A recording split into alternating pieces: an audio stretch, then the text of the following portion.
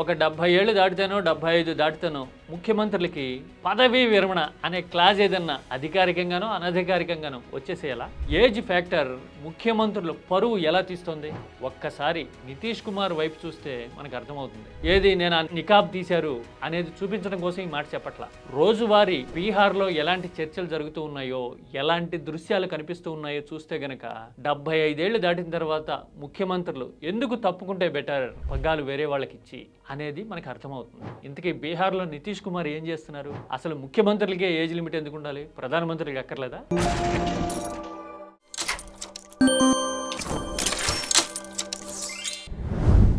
బీహార్లో ఒక మహిళ నికాబ్ని తొలగించి చూశారు నితీష్ కుమార్ అని దేశవ్యాప్తంగా మాట్లాడుకోవడం చూశాం కదా. నేను కూడా వీడియో చేస్తే ఏ హిందూ మహిళలు మంగళసూత్రాలు పక్కన పెట్టి పరీక్ష కేంద్రాల్లోకి వెళ్ళండి అన్నప్పుడు నీకు తెలియలేదా అని తెలివిగా కొందరు మాట్లాడారు. హలో, మీరు తెలుసుకోవాల్సింది నేను చెప్పింది ఇక్కడ మతం గురించో ఐడియాలజీ గురించో సోలాలైజ్కి సిద్ధమైపోవడం అని కాదు. మెంటల్ ఎబిలిటీ గురించి మాట్లాడాను బాస్. మెంటల్ క్యాలిబర్ లేని పర్సన్స్ ఉంటే ఎలా ఉంటుంది అనేది మాట్లాడా. This is not only the first time. Nitish Kumar ఇంతకు ముందు చాలా సందర్భాల్లో ఇలా చేసిన దాఖలాలు చాలా ఉన్నాయి. ఇప్పుడు అవన్నీ తిరగబడి ఎదురొస్తా ఉన్నాయి. 1 by 1 చూడండి. వందే మాత్రం పాడుతుంటారు, ఈయన మాత్రం చతుర్లాడుతూ ఉన్నాడు చూడండి. దసరా ఈవెంట్లోనూ ఇంకొక చోట వాళ్ళందరూ బాణాలు వేయడానికి సిద్ధపడ్డారు, ఈయన ఏం చేశాడో చూడండి. ఆ తర్వాత చాలా సందర్భాల్లో మహిళలు ఫోటోలు దిగుతున్నప్పుడు లేదంటే కనుక పథకాలు ఇస్తున్నప్పుడు ఆయన ప్రవర్తన తీరు చూడండి. ఈమె హిందూనే బ్రదర్, ఇక్కడ మతం కాదు point, how he is behaving అనేది ఇష్యూ ఇక్కడ. ఇలాంటి దృశ్యాలు కనిపించిన తర్వాత all is not well with Nitish అనే విషయం మనకు అర్థమవుతుంది. ఇదే విషయాన్ని ఇప్పుడు రాజకీయంగా చర్చిస్తున్నా కానీ ఏమీ చేయలేని పరిస్థితి. ఎందుకంటే మొన్నే ఎన్నికలు జరిగినాయి బీహార్లో. ఇంకా 5 ఏళ్ల తర్వాత ఎవడు రాజో ఎవడు బంటో తేలుతుంది. ఈ లోపల నితీష్ కుమార్ని టచ్ చేస్తే జేడీయూ వెనక్కి తగ్గింది అంటే ప్రభుత్వం మైనార్టీలో పడుతుంది.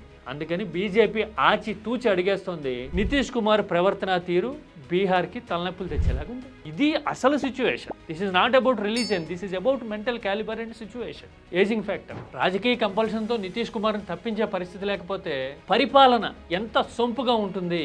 అసలే బీహార్ అంతంత మాత్రం రాష్ట్రం అనేది ఇక్కడ పాయింట్. నితీష్ కుమార్ని చూసిన తర్వాత మిగతా రాష్ట్రాల్లో కూడా ఇలాంటి చర్చ స్టార్ట్ అవుతుంది. ఆల్రెడీ మనం చూసాం కదా 2024 అసెంబ్లీ ఎన్నికల్లో అప్పటి ఒరిస్సా ముఖ్యమంత్రి నవీన్ పట్నాయక్ చెయ్యి షేక్ అవుతోంది అని, నవీన్ బాబుకి విశ్రాంతి కావాలి అని ఒరిస్సా ఓడగొట్టం చూసాం బిజు జనతాదళ్ని. మరి అంతవరకు పరిస్థితి తెచ్చుకోకుండా ఏజ్ మీద పడుతూ ఉన్నప్పుడు, మెంటల్ బ్యాలెన్స్ తప్పుతూ ఉన్నప్పుడు, 75 మార్కు దాటినప్పుడు ముఖ్యమంత్రులు ఆలోచించాలి. లేదంటే కనుక ఆల్టర్నేటివ్ ఏర్పాట్లు చేసుకోవాలి. ఇది కేవలం రాజకీయపరమైన సర్దుబాటు కాదు, ఇది రాష్ట్ర భవిష్యత్తుకి సంబంధించిన పాయింట్ కదా. అవునా కదా? మరి ముఖ్యమంత్రులకి ఎందుకు ఉండాలి, ప్రధానమంత్రులకి అక్కర్లేదా ఏజ్ లిమిట్? 75 దాటినా కానీ చెప్పని నుంచి ఛాతీ అనొచ్చా అని కొందరు వచ్చేస్తారు ఇప్పుడు. అలాంటి వాళ్ళు తెలుసుకోవాల్సిన పాయింట్ ఒకటి ఉంది. ముఖ్యమంత్రి ప్రధానమంత్రి అనేవి 2 వేరువేరు పదవులు కదా. పోల్చి చెప్పాలి అంటే ప్రధానమంత్రి పదవి అనేది ఆకాశం లాంటిది. ఎండ ఉంటుంది, వాన ఉంటుంది, తుఫాను వచ్చినప్పుడు మెరుపులు ఉంటాయి, ఇవన్నీ ఉంటాయి, సీజనల్గా మారుతూ ఉంటాయి. అంటే ప్రభావితం అయ్యే సందర్భాలు వెరీ లిమిటెడ్గా ఉంటాయి మన జీవితాలు. అదే ముఖ్యమంత్రి పదవి అనేది ఇంటి పైకప్పు లాంటిది. స్లాబ్ పెళ్ళలు ఊడినా, అదే పూరిళ్ళు అయితే కనుక చిల్లులు పడినా నేరుగా ఎండ వాన మన నెత్తి మీద ఎలాగైతే వచ్చేస్తాయో ముఖ్యమంత్రి ఏజింగ్ ఫ్యాక్టర్ కూడా మన జీవితాలని అంతే విధంగా ప్రభావితం చేస్తుంది. ఎందుకంటే సంక్షేమం దగ్గర నుంచి, ఆర్థిక విధానాల దగ్గర నుంచి, అభివృద్ధి దగ్గర నుంచి, మనం తాగే నీళ్లు, నడిచే రోడ్డు అన్నీ ముఖ్యమంత్రుల చేతుల్లో కదా ఉండేది. అందుకోసమే ముఖ్యమంత్రులకి ఏజ్ లిమిట్ అనేది ఉండాలి. ప్రధానమంత్రులకి ఏజ్ కంటే కూడా విజ్డమ్, క్యాలిబర్, సామర్థ్యం, ఇమేజ్ అనేవి ముఖ్యం మన దేశంలో. అఫ్కోర్స్ ఎక్కడైనా, ఇప్పుడే కాదు, మొరార్జీ టైం నుంచి కూడా చూడండి. 80 ఏళ్ళు దాటిన మొరార్జీ కాంగ్రెస్కి ఆల్టర్నేటివ్ ప్రధాని అయ్యారు.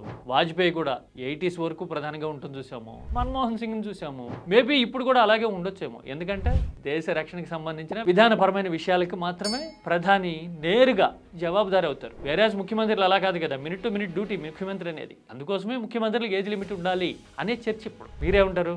నితీష్ కుమార్ హ్యాండ్లింగ్ చూసిన తర్వాత, ఒక సర్టెన్ ఏజ్ వచ్చిన తర్వాత ముఖ్యమంత్రులు స్వచ్ఛందంగా అయినా అట్లీస్ట్ పదవికి దూరంగా ఉంటే బెటరా రాష్ట్రాల భవిష్యత్తుకి?